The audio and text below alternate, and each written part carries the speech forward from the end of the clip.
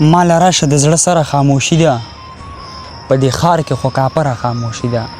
چې تر منځه مو دلبره خاموشي ده ځان نه کېږي مو سیره خاموشي ده دوه په دویو دیوالونه راته غوږ دي نن د زړه وکه خبره خاموشي ده. سلامونه ملګرو، ستاسو ملګری سنان جان یم. ملګرو دا مهال صوابۍ کې یم او په خپل کلي کې یم. انور خیال بونیری د بونیر نه راغلی دی، ډېره مننه کوم او موږ هم تللي ته دې نه مخکې دا ځل دی راللو نو واقعي ډېر زیات خوشحاله شو. نو ما وې بنډار را جوړوم او د انور خیال بونیري نه نوي نوي شعرونه ریکارډ کوم. تاسو ټول به یې پېژنئ، دغه د ټیک ټاک د لارې به یې پېژنئ، فیسبوک د لارې به یې پېژنئ او دغه شعرونه چې مې ویني دا هم د انور خیال بونیري صاحب وو. نو راځئ ملګرو شعرونه یې خوندونه اخلو، شعرونه یې واورئ.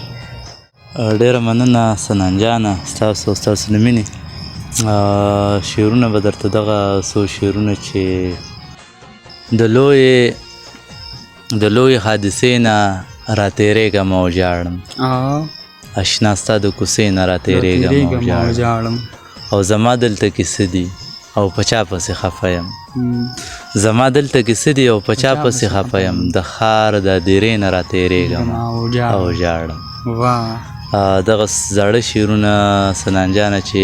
هېڅ چا رضا نه کو جهان له پښپو پرېوتمه نو خود غرضه هم جانان له پښپو پرېوتمه چې کله لاس مات شي متل دی چې راځي غاړې ته زه چې مات شوم نو ځان له پښپو پرېوتمه په ژوند باور نشته بخښنه او معافي غواړمه نن خپلې مور له بابا جان له پښپو پرېوتمه په ژوند باور نشته بخښنه او معافي غواړمه نن خپلې مور له بابا جان له پښپو پرېوتمه چې پوره نه شو انور خیال نو مجبوره شومه زړه کې دفن مې کړو ارمان له پښپو پرېوتمه نور ارشاد چې یا به مې زړه چودې غریبي وژني یا خو به مې خپله خاموشي وژني او زار دې د شلېدلې لوپټې شمه مورې ما به خپله بېوسي وژني او زه چې کډه ونغاړو له دې ښاره دلته خو سړي لګیا سړي وژني ډېر ښه زه چې کډه ونغاړو له دې ښاره دلته خو سړي لګیا سړي وژني او خیاله زه د داسې چا په منځ کې یم دوی زما د کور اور په پو کې وژني. ډېر ښه، ډېره مننه. یکل مقدس لیونی شوی دی سی کوي خو بس لیونی شوی دی او خلکو ته تبلیغ د محبت کوي کلي کې یو کس لیونی شوی دی او دا هغه شاهد دی ورته وګوره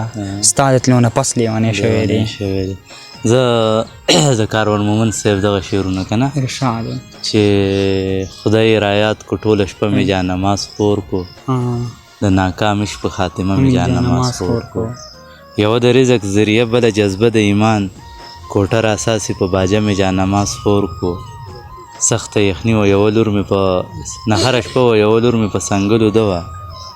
نهره شپه و یوه لور مې په سنګلو ده وه سخته یخني و په یوه مې جانماز خور کو او دغه شعر پکې داسې و چې خیا مې تله خلکو زما په ایمان شک کولو په خپله ماته دروازه مې جانماز خور کو. ډېر ښه. او هغه څه وایي هغه دهشتګرد دغه امن مې د زوی نوم دی درویش روخان وایي چې ژوند د زخرو ګوټ دی خرسا د مرګ په یره ده سوله لکه ناوې د لومبۍ شپې معطره ده او څنګه مې دنیا د دهشتګرد په نامه پېژني امن مې د زوی نوم دی د لور نوم مې سندره ده.